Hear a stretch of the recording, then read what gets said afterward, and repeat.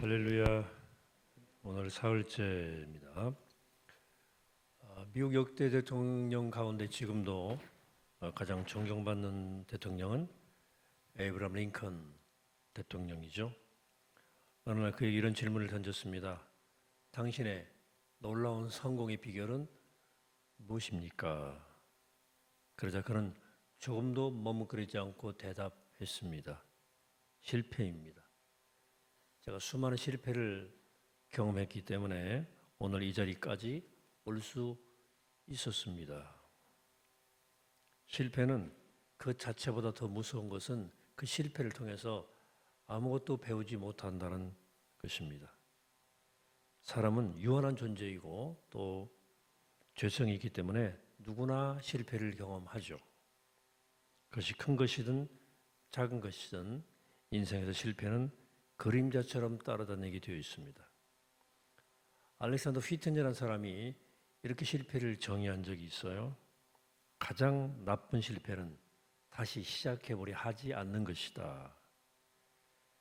실패를 경험한 사람은 두 가지로 나뉘어집니다. 결론납니다.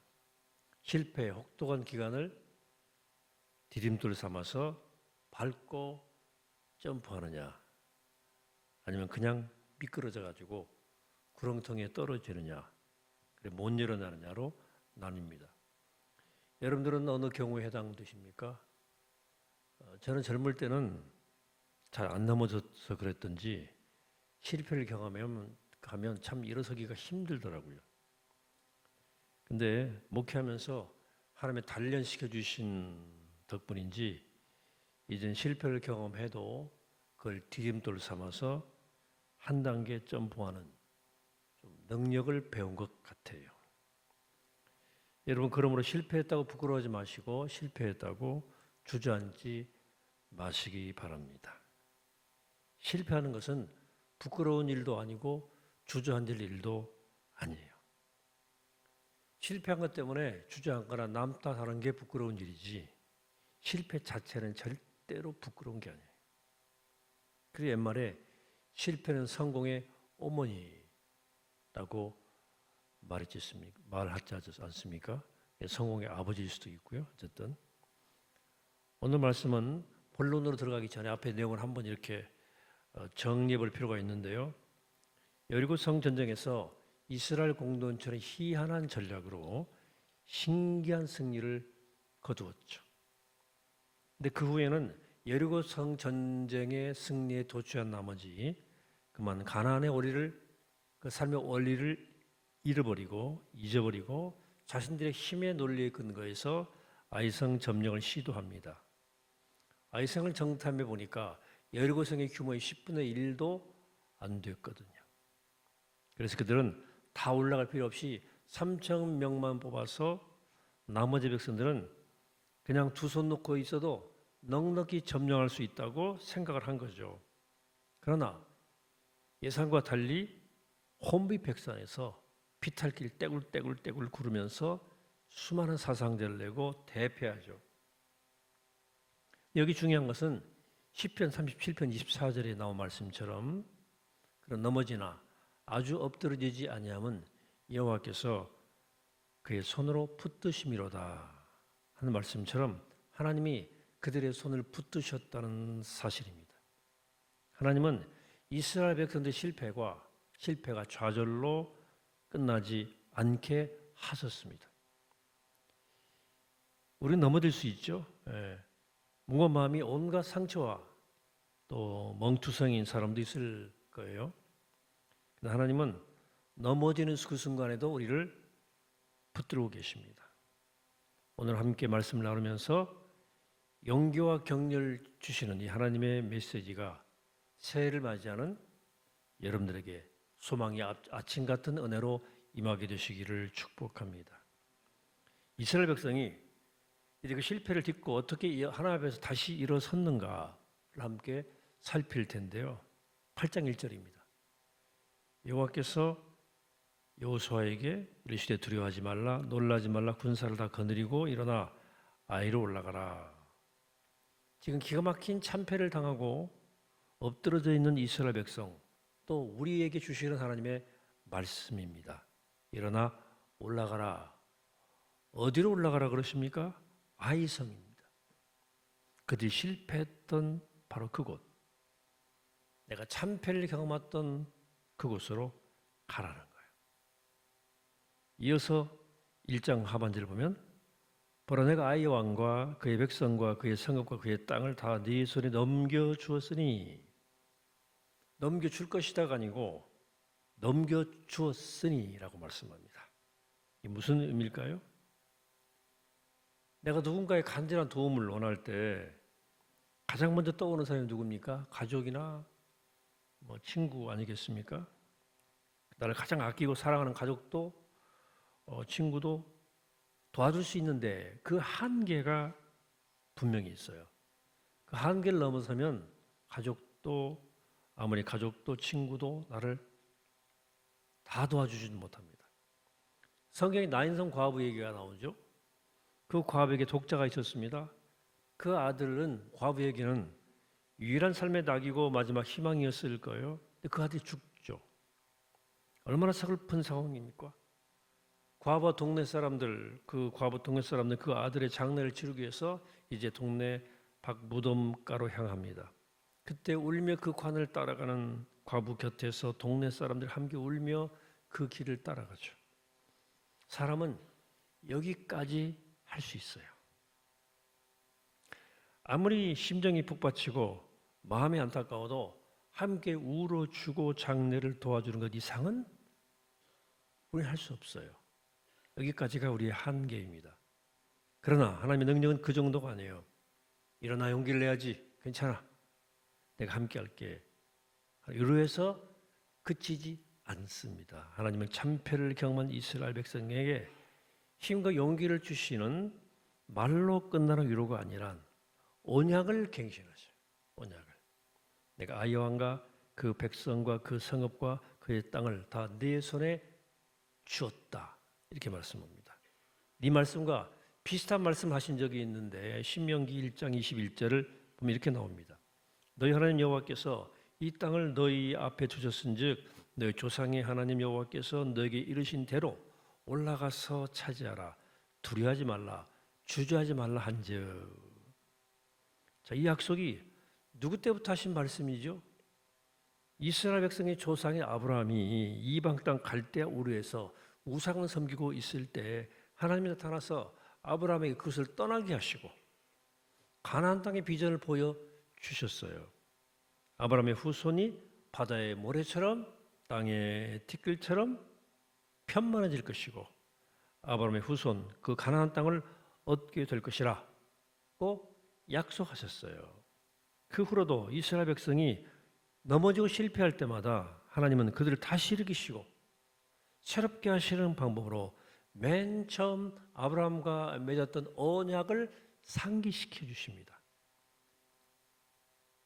전문적인 신앙적 용어로 언약 갱신을 해주시는 거예요. 아브라함, 야곱, 이삭이 숱한 고난의 세월을 가면 살면서 넘어질 때마다 다시 일어나고 꿋꿋하게 버틸 수 있었던 근거는 바로 하나님의 약속의 말씀이었습니다. 언약의 갱신이에요. 그래서 이스라엘 백성이 아이성 전투에 넘어졌지만 하나님께서 그들을 일으키시면서 회복시킨 근거가 바로 언약의 갱신이에요. 내가 이 땅을 너희에게 주었다 라고 언약을 기억시키는 것입니다. 이것은 오늘날 우리도 꼭 기억해야 할 중요한 하나님의 원리예요. 우리가 살면서 실패해서 절망의 구덩이에 빠진다 할지라도 다시 일어설 수 있는 근거는 사람들의 유로나 격려의 말이 아니라 하나님의 약속이란 사실입니다. 이것은 역사가 흐르고 세상이 변해도 변함없이 일관되게 이루가시는 하나님의 일이에요. 하나님의 약속을 거듭 상기시켜 주십니다. 이 새해도 여러분 모두 하나님이 여러분을 향한 약속을 기억하게 되시기를 바랍니다. 약속이 있어요. 내게 약속이 있다고요. 전부 다. 그러므로 믿는 사람들은 절대로 나 망했다, 끝났다, 안 되겠다라는 말을 하면 안 됩니다. 왜냐하면 잠깐 넘어질 수 있을지 몰라도 아주 엎드러지지 않도록 하나님이 우리의 손을 붙드시기 때문입니다. 하나님의 약속이, 그 말씀이 우리를 붙드시기 때문입니다. 그 약속의 말씀을 믿는다면 망했다, 이제는 끝났다, 나는 안 된다 라는 말 해서는 안 된다. 이제 오늘 본문으로 돌아가서 2절의 말씀을 봅니다. 너는 여리고와 그 왕에게 행한 것 같이 아이와 그 왕에게 행하되 오직 거기서 탈취한 물건과 가축은 스스로 가지라. 너는 아이 성 뒤에 복병을 둘지니라 그랬어요. 자, 이 말씀 내에서 하나님 명하신 내용은 여리고성을 점령한 후 지시하신 내용과 정반대예요. 여리고성 전투에서는 성을 점령한 후에 모든 탈취물을 바치라 그랬어요. 근데 이 명령을 아간이 어긴 거죠. 왜 도둑질하고 남을 속이는지 깊이 들어가 보면 하나님 믿지 못하고 내 힘으로 살아가겠다고 하는 그 생각이 지배해 있었습니다. 그래서 골로새서가 탐심은 우상 숭배라고 그랬지 않습니까? 우상 숭배는 뭐 다른 형상을 만들어 놓고 절하는 것만이 아니라 하나님 외에 다른 것을 신뢰하는 거죠. 그러므로 하나님 주신 것으로만 내가 먹고 살 수 있다. 그러면 그것이 축복인 줄 기억하시기 바랍니다. 가나안 땅에 들어와서 먹고 살 것을 하나님이 충분히 준비해 주시는 줄 알았다면, 아니 믿었다면 아간이 도둑질했을까요? 하나님은 이스라엘 백성에게 아이성 전투에서 취한 것을 그들이 가지도록 허락을 하십니다. 오늘 허락하셔요. 근데 여리고성 전투는 첫 전쟁이기 때문에 첫 것은 하나님께 다 바치라고 하신 거예요. 그런 후에는 그들이 이제 누리는 일밖에 남지 않았던 거죠. 여리고성은 바쳐야 되는 거예요. 첫 전투이기 때문에. 아이성은 너희 다 가져라는 거예요. 이 아간이 이것을 신뢰하지 못하고 이 약속을 기다리지 못했던 거예요.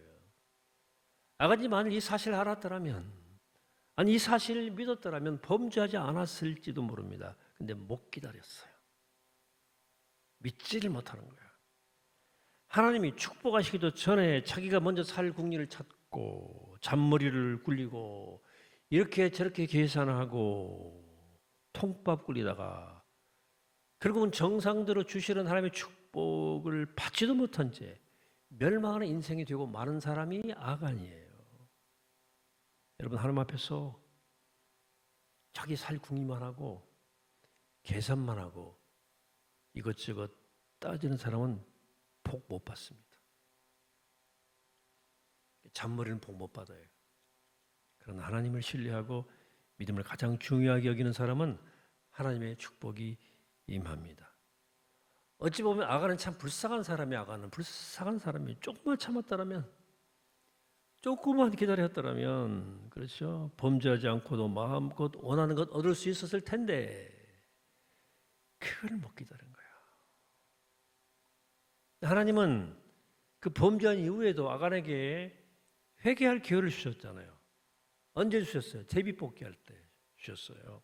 제비를 뽑게 하셨는데 지파를 뽑고 그다음에 족속을 뽑고 그리고 가족을 뽑고 마지막에 아간이 뽑혔잖아요. 그 프로세스가 있어요. 그때까지도 그런 회개하지 않았습니다. 하나님은 마지막까지 그가 자복하고 돌이키기를 기다리신 거죠. 여러분, 잘못했다고 그 자리에서 즉시 심판하는 무자비한 하나님이 아니거든요. 아간은 돌이키지 않아서 그리고 공동체 전체가 어려움을 당하게 되었고 많은 희생자가 생겼죠. 다음 본문 2절 후반절을 넘어가 보겠습니다. 넌 아이성 뒤에 복병을 둘지니라 그랬어요. 8장 전체에서 이 매복, 복병이란 말이 무려 10번 넘게 나와요. 키워드죠. 이 단어 히브리 말로 아랍인데요. 아이성 전투에서 가장 중요한 단어가 이 아랍이에요. 매복이 뭐예요? 진짜로 찬물을 파서 땅에 구부리에 엎드려 기다리는 자세, 매복. 여기 중요한 비밀 하나 있어요. 아라부. 이 단어가 7장 앞에 6절에도 똑같이 쓰였는데 7장 5절, 6절 한번 교독해 보겠습니다. 이 아이 사람이 그들을 36명쯤 쳐 죽이고 성문 앞에서부터 스바렘까지 쫓아가 내려가는 비탈에서 쳤으므로 백성의 마음이 녹아 물같이 된지라. 여호수아가 옷을 찢고 이스라엘 장로들과 함께 여호와의 궤 앞에서 땅에 엎드려 머리에 티끌을 뒤집어 쓰고 저물도록 있다가 여호수아 이스라엘 장로들이 땅에 엎드렸다고 되어 있어요. 이것이 매복하는 자세예요. 그리고 티끌, 이 티끌이라고 하는 말이 히브리 말로 아라브라고 되어 있습니다. 티끌. 이걸 해석하면 땅의 먼지처럼, 땅의 흙처럼 되었다. 이걸 통해서 하나님께서 인생을 다루시는 방식을 이해해야 됩니다. 여리고성 전투에서는 어떤 작전을 썼죠? 백주 대낮에 나팔 불고 소리치는 시위하는 작전이었습니다. 총 한 번 쏘지 않았는데 성이 와르르 무너졌어요. 근데 아이성 전투에서는 야간에 매복하는 작전을 썼습니다. 3만 명 군사를 풀어서 전부 다 매복시켰어요. 완전히 반대의 저런 작전입니다. 그러면 여리고성 전투와 아이성 전투는 전혀 다른 싸움입니까? 그렇지 않습니다. 하나님은 하나님의 일을 다양한 방식으로 하시지만 결국 원리는 똑같아요. 원리가 똑같다고요. 설명을 드릴 텐데요. 가끔 그 미국 영화 뭐 시스터 액터인가 이런 것 같은 보면 뭐 흑인들이 교회에서 예배드리는 장면이 가끔 나오는데 우리나라 예배하고 좀 완전히 좀 다르죠. 특히 뭐 성가대 같은 경우 우리처럼 점잖게 이렇게 찬양하지 않고 막 가운을 입었는데 거의 춤추는 수준으로 막 찬양하지 않습니까? 설교도 우리처럼 조용히 안 들어요. 뭐 은혜가 되면 막 아멘도 하죠. 막 예스 예스 이러고 막 몸을 움직이면서 막 반응을 합니다. 박수 치면서 치기도 하고 막 그런 흑인들과 할렘과 예배 같은 거 보면 정신이 없어요 하나도. 그렇다고 해서 그들 예배가 덜 경건하다고 할 수 있을까요? 그렇지 않습니다. 문화적 차이일 뿐이에요. 아도 왕이 이런 얘기를 했죠. 하나님은 좋았던 습관 하나가 그 땅을 부패시키지 않기 위해서 다양한 방법으로 일하신다. 사람은 좋은 게 있으면 그 익숙해지기 마련입니다. 그러면 그 습관이 되고 점점 굳어지고 경직되어서 나중에는 내용은 쏙 빠지고 껍데기만 남아서 껍데기만 붙들고 그것이 알맹이인 줄 알고 붙드는 경우가 많아요. 문화이든지 직위든지 무엇이든지 직분이든지 순환이 좋은 거예요. 순환이. 그래서 무엇이 오래 붙들고 있으면 그게 반드시 부패가 따릅니다. 우리는 본질은 지향하되 문화 방법은 언제나 바꿔갈 수 있는 유연성이 있어야 된다. 하나님은 그렇게 다양하게 일하십니다. 자, 여리고성 전투에서는 침묵하면서 돌라고 하셨고 아이성 전투에서는 매복을 시키셨는데 이건 주제가 다른 전쟁이 아닙니다. 여리고 전쟁에서는 하나님이 싸우신다는 것을 보여주신 거예요. 그런 반면에 아이성 전투는 어떠했습니까? 실패를 통한 겸손을 가르쳐주는 전쟁입니다. 이것도 내가 한다. 실패 가운데서도 하나님의 약속을 믿고 붙잡고 나아가야 함을 가르쳐주는 전쟁입니다. 그러면 매복을 여러 번 강조하신 이유가 뭐예요? 이유가 있죠. 깜깜한 밤에 야밤에 야간 작전이거든요. 땅에 티끌처럼 되어서 구부려 기다리는 시간을 가지도록 명령하신 이유가 있죠. 앞에 실패하는 이야기로 시작했죠. 근데 사실은 그 실패는 실패가 아니었어요. 그것은 결국 하나님이 이스라엘 백성으로 하여금 또한 우리로 하여금 엎드리게 하시는 시간이에요. 납작 엎드려서 티끌처럼 땅이 흙덩이처럼 되어서 우리의 본질을 알고 겸손하도록 엎드리게 하는 시간이에요. 실패할 때 엎드리라는 거예요. 어두운 밤과 매복의 시간에 소망의 아침, 약속의 아침을 기다리며 참고 인내하며 엎드렸을 때 어떤 결과가 주어진지를 보여주시고자 하는 거예요. 사랑하는 여러분, 그러므로 여러분들 인생이 혹시 칠흑 같은 어두운 문제에 부딪혀 있다면 지금 그 시간은 하나님이 매복시키는 시간이에요. 매복시키는 시간, 그 시간을 잘 견뎌야 됩니다. 여호수아가 이스라엘 장로들과 함께 언약 앞에서 땅에 엎드려 티끌을 뒤집어 쓰고 하나님 앞에서 통에 차복하던 모습처럼 매복의 시간은 우리에게 그런 겸손한 자세와 회개의 시간을 갖도록 해주는 하나님의 기회인 것입니다. 그걸 통해서 하나님 우리에게 반드시 소망의 아침을 가져다 주시고 더 나아가 승리의 삶을 축복을 허락해 주십니다. 그럼 우리가 이 실패의 시간들, 또 우리 민족적으로는 실현의 시간, 또 우리 각자에게 다가온 이 문제적 상황은 매복의 시간입니다. 또 티끌이니까 엎드리라는 거예요. 엎드려라, 엎드려라. 바라기는 하나님의 이 신호를 잘 받아들이고 하나님의 때에 실패에 대해 엎드려서 엎드림을 통해서 소망의 새 아침을, 소망의 새해를 맞이하는 우리 모두가 되기를 이 시간 주의 이름으로 간절히 축원합니다. 기도하겠습니다. 거룩하신 하나님, 오늘 주님의 귀한 말씀을 듣습니다. 우리 때로 넘어지고 우리 때로 실패합니다. 그러니까 실패는 도약의 발판이고 실패는 성공의 어머니입니다. 실패할 때 하나님 엎드리게 하시옵소서. 매복을 통하여 티끌처럼 납작 엎드려 주 앞에 엎드린 시간을 통하여 우리에게 그 엎드림을 통해 밝아오는 새 아침을 경험케 하여 주시옵소서. 오늘 어려움 가운데 주를 바라보는 주님의 귀한 자녀들 가운데 함께해 주셔서 하나님 엎드림을 통해서 올해 새해 꼭 실패하고 넘어질 때마다 이 말씀 기억하고 그때마다 굽부려 엎드려 매복하여 낮은 법으로 하나님께 무릎으로 나아가서 그 실패를 딛고 꼭 승리 영광을 차지하는 소망의 새 아침을 맞이하는 우리가 될 수 있도록 인도하여 주시옵소서. 감사드리옵고 예수님의 이름으로 기도합니다. 아멘.